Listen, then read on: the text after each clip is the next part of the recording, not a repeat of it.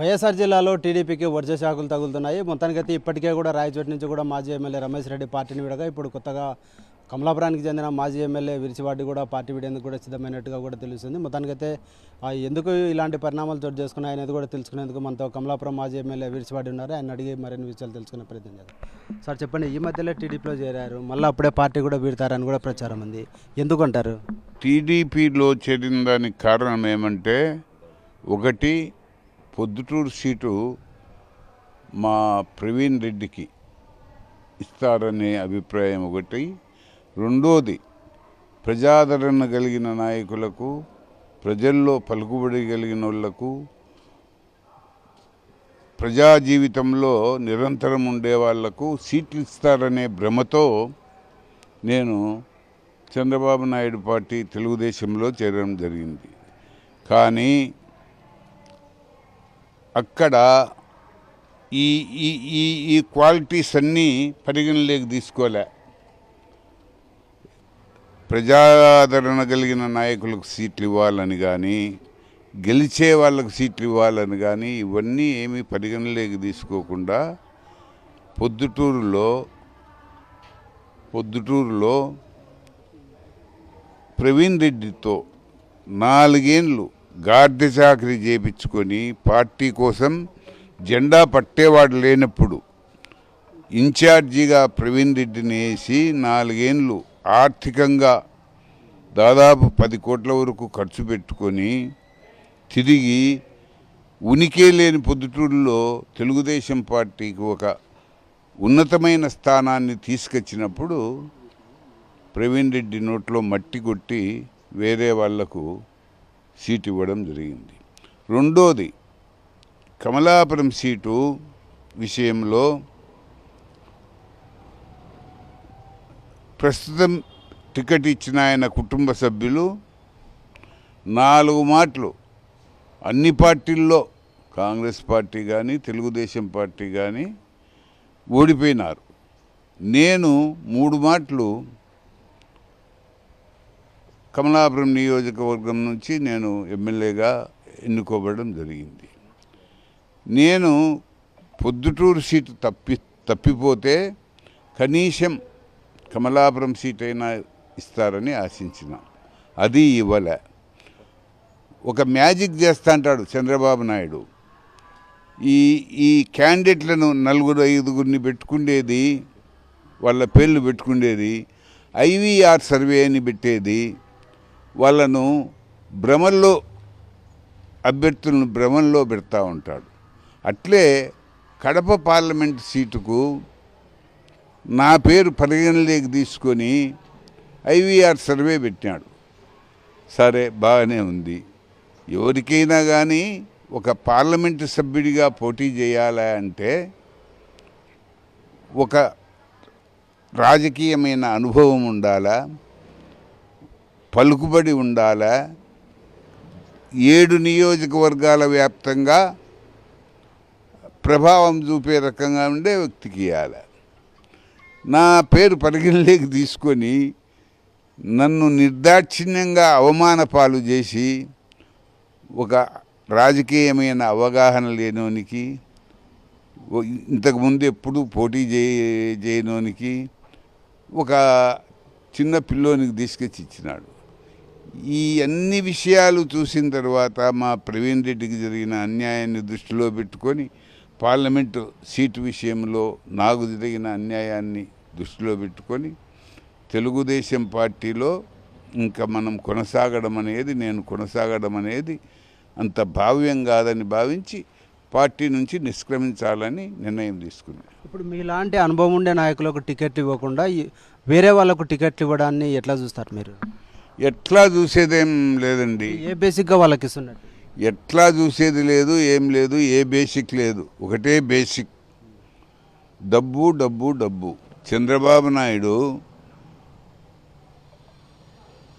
డబ్బులు ఎవరుంటే వాళ్ళకు సీట్లు ఇవ్వడము, పార్టీకి 10 కోట్లు 20 కోట్లు చందాలు తీసుకోవడము, వాళ్ళకు సీట్లు ఇవ్వడము, ఇంకా ఈడు గెలుస్తాడా చస్తాడా అనేది ఏం లేదు. ఈడు గెలుస్తాడా ఓడతాడా అనేది ఏం లేదు. కేవలం బాగా పార్టీకి చందాలు ఇచ్చిన వాళ్ళకు డబ్బంతా వాళ్ళే పెట్టుకునే వాళ్లకు పార్టీ పైన భారం లేకుండా చేసే వాళ్ళకి ఇచ్చినాడు. కమలాపురం సీటు కూడా ఇచ్చినాడు అంటే, పొద్దుటూరు సీటు కూడా ఇచ్చినాడంటే కేవలం డబ్బంతా మేమే పెట్టుకుంటామయ్యా, నీది ఒక పైసా డబ్బు అవసరం లేదంటే కమలాపురం సీటు కూడా ఇచ్చినాడు. ఆయన ఆ కుటుంబం 3 మాటలు ఓడిపోయింది, 4 మాటలు ఓడిపోయింది, నేను 3 మాటలు గెలిచిన. కనీసం నాకైనా ఇవ్వచ్చు కదా, అవన్నీ ఏం లేదు. నేను కూడా డబ్బు ఇస్తానంటే నాకు కూడా సీటు వచ్చిండు. ప్రవీణ్ కుమార్ రెడ్డి కూడా డబ్బు ఇస్తానంటే ప్రవీణ్ కుమార్ రెడ్డికి కూడా సీటు వచ్చిండు. కాబట్టి ఇంకా వేరే కారణం ఏం లేదు. సరే, ఇప్పుడు మీరు ఆరోపిస్తున్నారు గతంలో బత్యాల చెంగల్రాయుడు, తర్వాత రమేష్ రెడ్డి వీళ్ళందరూ కూడా డబ్బు ప్రధానంగా కూడా సీట్లు కట్టేసినారు కూడా ఆరోపించారు. ఇన్ని సంవత్సరాలు పార్టీ అధికారంలో ఉంది కదా, ఎందుకు డబ్బే ప్రధానంగా ఆయన టార్గెట్ పెట్టుకొని మరి సీట్లు ఇస్తున్నారు? అధికారంలో ఒకవేళ అధికారంలో ఉండినా అప్పుడు పరిస్థితులు వేరు, అప్పుడు చంద్రబాబు నాయుడు వేరు, ఇప్పుడు మారిపోయినాడు. ఆయనకేదో ఒక భ్రమలో ఉండాడండి. ఇప్పుడు తెలుగుదేశం పార్టీకి అనుకూలమైన వాతావరణం ఉంది, తెలుగుదేశం గవర్నమెంట్ వస్తుంది అనే భ్రమలో ఉండి సీట్ల అమ్మకానికి పెట్టినాడు. కనీసం 20-30 సీట్లైనా అమ్మకానికి పెట్టినాడు. తర్వాత ఫైనాన్షియల్గా తన మీద బర్డన్ లేకుండా ఉండే సీట్లు ఒక 50-60 ఇచ్చినాడు. సొంతం వాళ్ళు పెట్టుకునే వాళ్ళకు ఒక 100 సీట్లు ఇచ్చినాడు. ఇట్లా ఆయన చేతులు కడుక్కొని నిశ్చింతగా కూర్చొని ఉన్నాడు. అధికారంలోకి రావాలనే ఉద్దేశంతో ఈ సీట్ల పంపిణీ జరగలే, ప్రజాదరణ కలిగిన నాయకులకు ఈ సీట్లు ఇవ్వలే. ఈ పరిస్థితుల్లో తెలుగుదేశం పార్టీ ఖచ్చితంగా రాష్ట్రంలో ఓడిపోతుంది. సరే, ఇప్పుడు జనసేన బీజేపీ కూటమిగా ఏర్పడడం వల్ల కూడా ఆయన ఈ ధీమాకు కారణం అనవచ్చా? ఎస్, ఖచ్చితంగా పవన్ కళ్యాణ్ బీజేపీ తన కలయిక అధికారాన్ని తెచ్చిపెట్టుకొని ఖచ్చితంగా అధికారంలోకి వస్తాడని అనుకుంటున్నాడు ఆయన. కానీ బీజేపీ రావడం వల్ల ముస్లింలు ఆల్రెడీ దూరం అయిపోయినారు, క్రిస్టియన్లు ఎప్పుడో దూరం అయిపోయినారు. అంటే మైనార్టీ వర్గాలు బీజేపీ కలయికతో తెలుగుదేశం పార్టీకి దూరం అయిపోయినాడు. పవన్ కళ్యాణ్ వల్ల మేలు జరుగుతుందని మనం అనుకుందాం. పవన్ కళ్యాణ్ ఇంతకుముందు 2019లో పోటీ చేసినప్పుడు ఎన్ని సీట్లకు పోటీ చేసినాడు, ఎన్ని డిపాజిట్ వచ్చినాయి.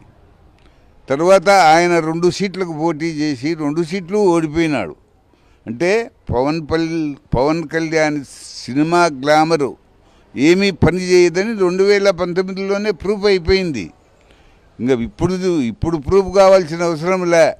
కానీ ప్రజలను ఒక మెస్మరిజం చేయాలనే ఉద్దేశంతో మోడీకి భయపడి మైనార్టీల ఓట్లు పోతాయినా అనేది తెలిసి కూడా మోడీతో బీజేపీతో అలయన్స్ పెట్టుకున్నాడు, పవన్ కళ్యాణ్తో అలయన్స్ పెట్టుకున్నాడు. తను బయటపడతానని భ్రమల్లో ఉన్నాడు.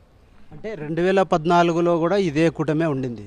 అధికారంలోకి వచ్చిన తర్వాత ఏపీకి విడిపోయిన రాష్ట్రానికి ఏం చేసింది కూడా పెద్దగా లేదు. మరి ఇప్పుడు వాళ్ళనే పక్కన పెట్టుకొని గెలుస్తానని ఎందుకు ఆయన అంత భ్రమపడుతున్నాడు అనుకో?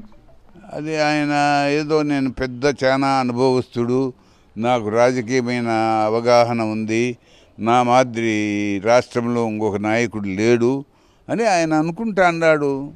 అవన్నీ ఏం పనిచేయవు. ఇప్పుడు కడప జిల్లాలో కూడా ఒక్క సీటు కూడా రాదని కూడా నిన్న కామెంట్ చేసిన పరిస్థితి ఉంది. మీరు నిజంగా అదే రిజల్ట్ రావచ్చు అంటారా?